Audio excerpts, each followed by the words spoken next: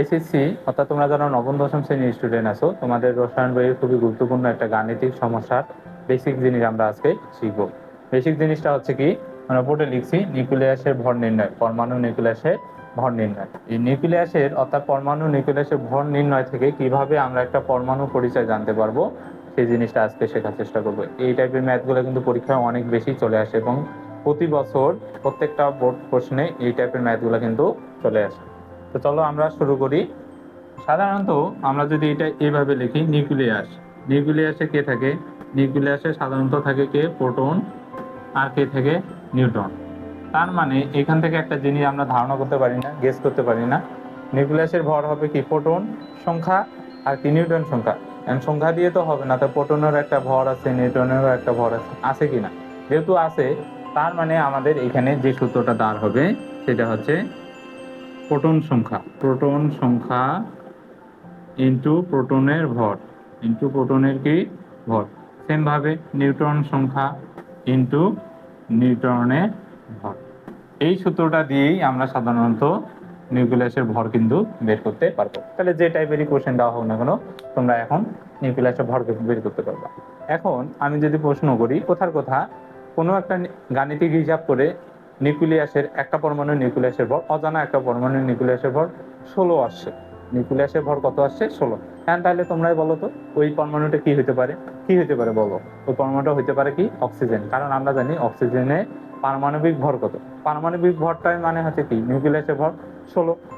যদি এই যে এটাই যেন বলে নিউক্লিয়াসের ভর থেকে আমরা কি বের করতে পারবো? পরমাণু পরিচয়। এই প্রশ্নটাই আসে যে উপরোক্ত পরমাণুতে ওইখানে এক্স ওয়াই জেড থাকতে পারে, প্রোটন সংখ্যা, প্রোটনের নিউট্রন সংখ্যা, নিউট্রনের ভর। তো এই টাইপের থেকে তোমরা হচ্ছে যে যখন গাণিতিক বিশ্লেষণ করবা তখন দেখতে পাবো যে নিউক্লিয়াসের ভর, তারপর তোমাদের বের করতে পারবে পরমাণুটার নাম কি বা পরমাণুটা আসলে কি। তাহলে এই যে ভরটা বের করে দিয়ে দিবা, তাহলে এটা। তো চলো আমরা এখানে একটা গাণিতিক সমস্যা সমাধান করি, যেন আমরা খুব সহজে কি করতে পারি? বের করতে পারি। তার আগে আমি তোমাদের এখানে একটা জিনিস শিখাই। প্রোটন, এই যে প্রোটনের ভর আর হচ্ছে কি নিউট্রনের ভর, এই জিনিসটা একটু তোমরা কি রাখবা? মুখস্থ রাখবা। কি রাখবা? মুখস্থ রাখবা। তো নতুন যে বইটা আছে, যে 25-26 সালে যে নতুন যে এডিশন, সেখানে প্রোটনের ভর আর নিউট্রনের ভর, ওই যে প্রথম যে ইয়াটা আছে 1.6, এখানেও আছে কি 1.6। তো এর আগের বইগুলোতে সাধারণত এখানে প্রোটনের ভর 1.7675, মানে এরকম একটা সংখ্যা আছে, মানে 673, 675। তো এইখানে ওইরকম পার্থক্য কিন্তু দেওয়া নাই।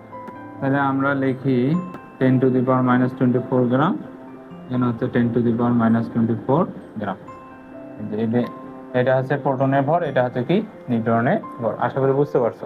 তাহলে এখন আমাদের যদি একটা গাণিতিক সমস্যা দেয়, তাহলে আমরা কিভাবে সলভ করবো? তো কোথার কথা এক্স একটা পরমাণু, যার হচ্ছে প্রোটন সংখ্যা, প্রোটন সংখ্যা 13, নিউট্রন সংখ্যা আমি র্যান্ডমলি দিচ্ছি, ঠিক আছে? নিউটন সংখ্যা হচ্ছে কোথার কথা 12 হলে এক্স পরমাণুটি কি? এক্স পরমাণুটি কি বের করতে পারবে না?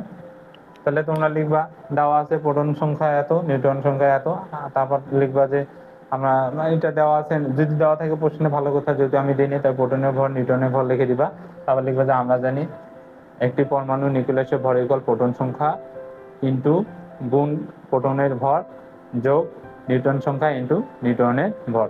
যেখানে মানগুলো বসাই দিবা, যেটা বের হবে ওই পারমাণবিক ভরটা এখন পর্যায় সারণীর পারমাণবিক ভরের সাথে মিলাই নিবা, যেটা বের হবে এক্স পরমাণুটা সেটাই বসাই দিবা, ঠিক আছে? এখন এই প্রশ্নটা উল্টা ভাবেও তো আসতে পারে। কিভাবে? কোথার কথা নিউক্লিয়াসের ভর দেওয়া আছে আর নিউট্রনের ভর দেওয়া আছে, নিউটনের ভর বা নিউটনের সংখ্যা যে কোনো একটা দেওয়া আছে, এটা তো মুখস্থ বিদ্যা, নিউটনের সংখ্যা দেওয়া আছে।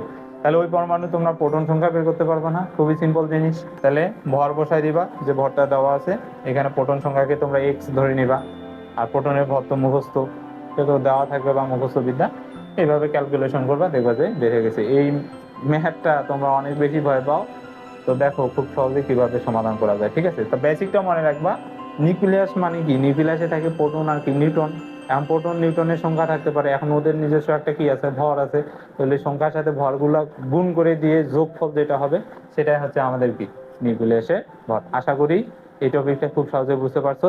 আর তোমাদের মধ্যে যাদের এই টপিকটাতে ভয়, সেই ভয়টাও কেটে গেছে। তারপরেও যদি ভয় থেকে থাকে, তাহলে ক্লাসটা আরেকটু রিপিট করবা, দেখবা যে একদম ক্লিয়ার হয়ে গেছে, ঠিক আছে? তো এই টাইপের ম্যাথগুলো বোর্ড পরীক্ষায় যে বারবার আসছে, ওই কোশ্চেনগুলো একটু 2-3টা সলভ করবা, দেখবা যে একদম ক্লিয়ার হয়ে গেছে। ঠিক আছে, ধন্যবাদ সবাইকে।